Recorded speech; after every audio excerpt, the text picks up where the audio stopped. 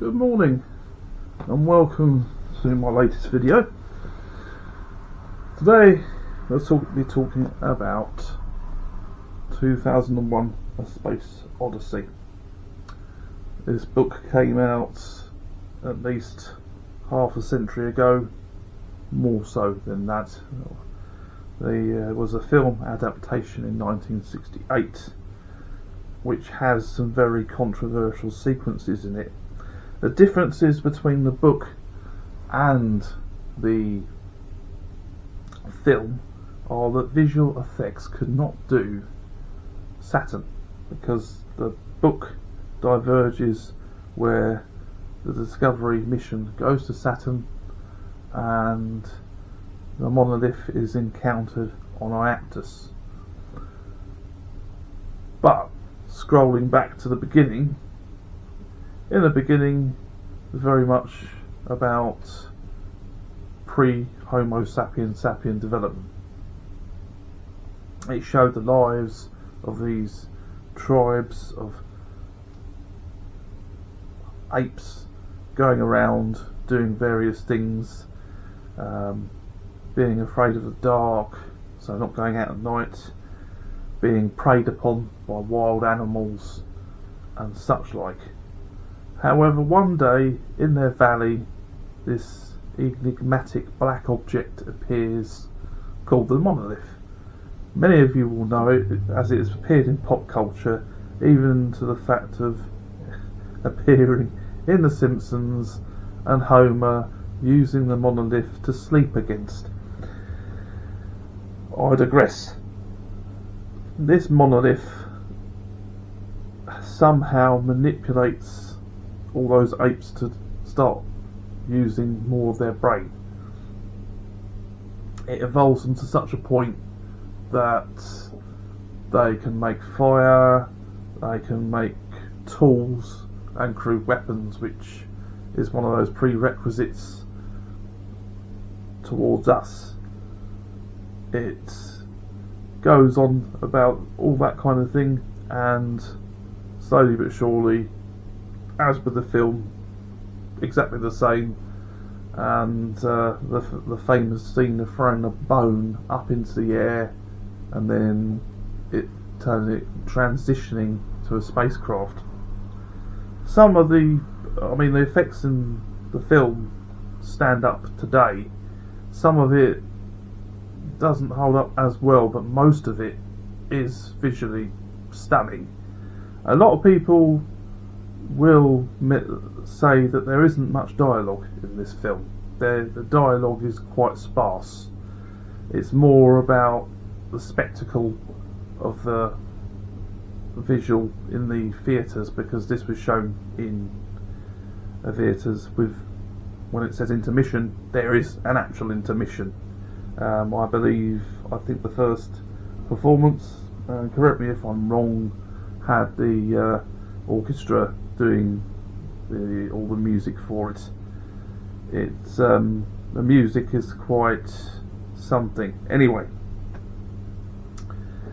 something happens on it transitions to Dr. Hayward Floyd going to the moon, where they've uncovered something, and there is spoilers in this. I should have said this before, but many of you should have seen this by now. If you're just discovering it, then it's a difficulty, because the book and the film stand apart, but they're linked because of the source material. They find something on the moon, and then Discovery is sent in 1999, 2001. The ship Discovery is on its way to Jupiter in the film. In the book, it's on its way to Saturn. And the reason they couldn't do Saturn until silent running is because in 1968 they couldn't do Saturn. It was too difficult to do visually, so they reacted with Jupiter instead. Anyhow, the ship gets on its way to Jupiter. There are 6 members of the crew, 3 to 4 in stasis, and HAL 9000 it's an AI, but it's the computer for the entire ship, so it can see all around Discovery. It can do all sorts of things. Anyway, because HAL has been given certain mission parameters, it causes a conflict with him and wants to complete the mission in the best way possible. He sees it fit to say that one of the communication units with Earth is broken, so to send out one of their little pods to go out and sort this problem out. They sort it out, get back in, and then HAL reports exactly the same unit going wrong again. This causes concern for Floyd and David Bowman. Not Floyd. Floyd isn't on this.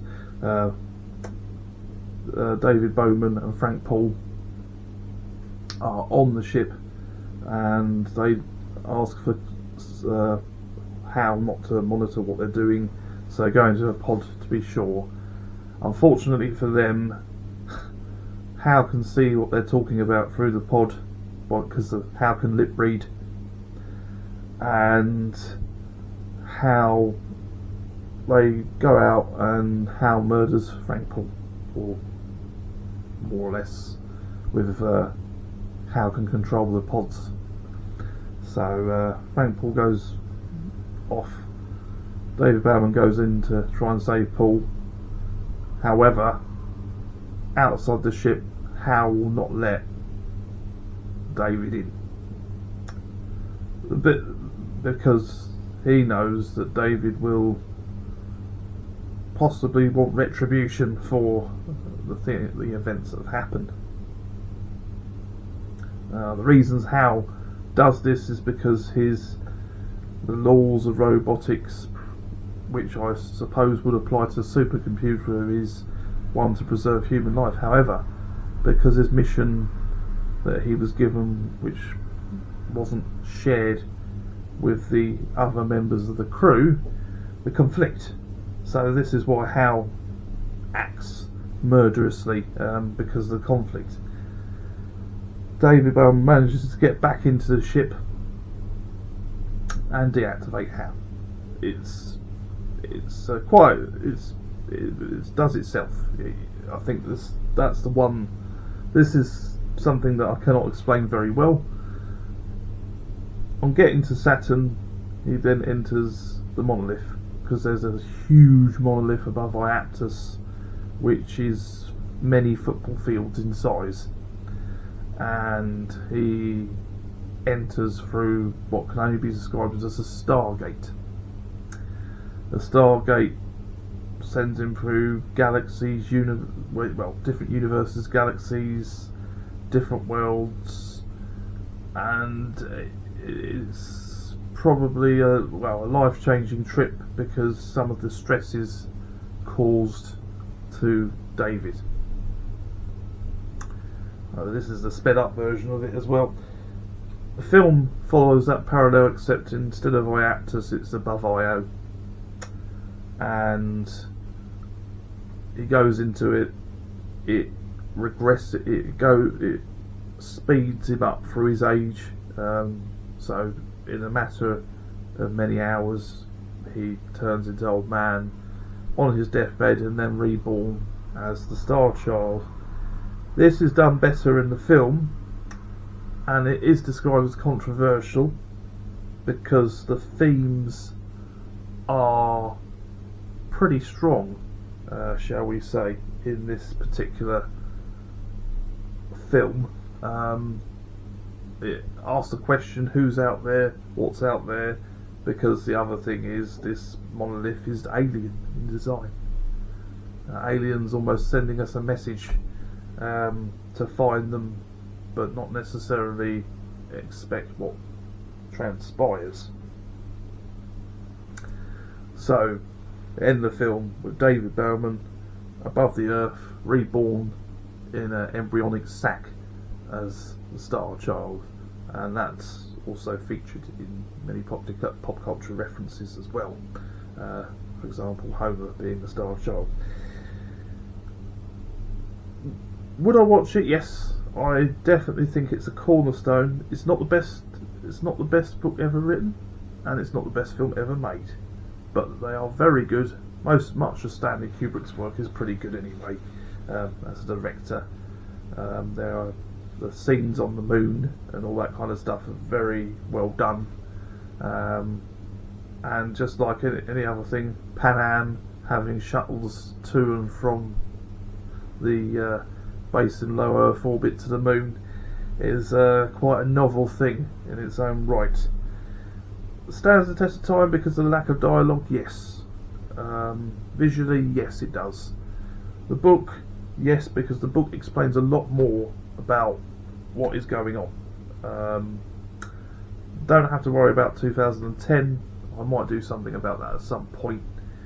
2010 is completely radically different and more a narrative, not narrative, but more a something sourced for the film. Arthur C. Clarke also did an adaptation to this. This is then followed by 2061 and 3001. You can get these in most good bookstores. For example, you'll probably be able to get it from Amazon very easily. They've gone through many different editions. This particular edition is quite an early one. I would hazard a guess this is possibly from the 80s, maybe even the 70s. This is why I got this edition, because it's quite nice, because it shows the space station and then the Pan Am flight. Just do another close up there. And yes, all in all, I would definitely, if you haven't checked it out, check them out. They're both something in their own right, so give that some thought. Also, at the same time, doesn't matter which one you do, I would suggest the book first, as I did read the book first, I believe, and then the film shortly thereafter. There are similarities, but then again there are differences, but the differences were the technical limitations at the time where they couldn't do Saturn.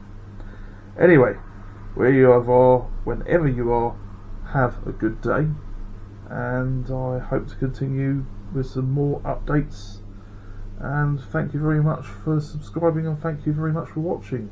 This is 4046 out.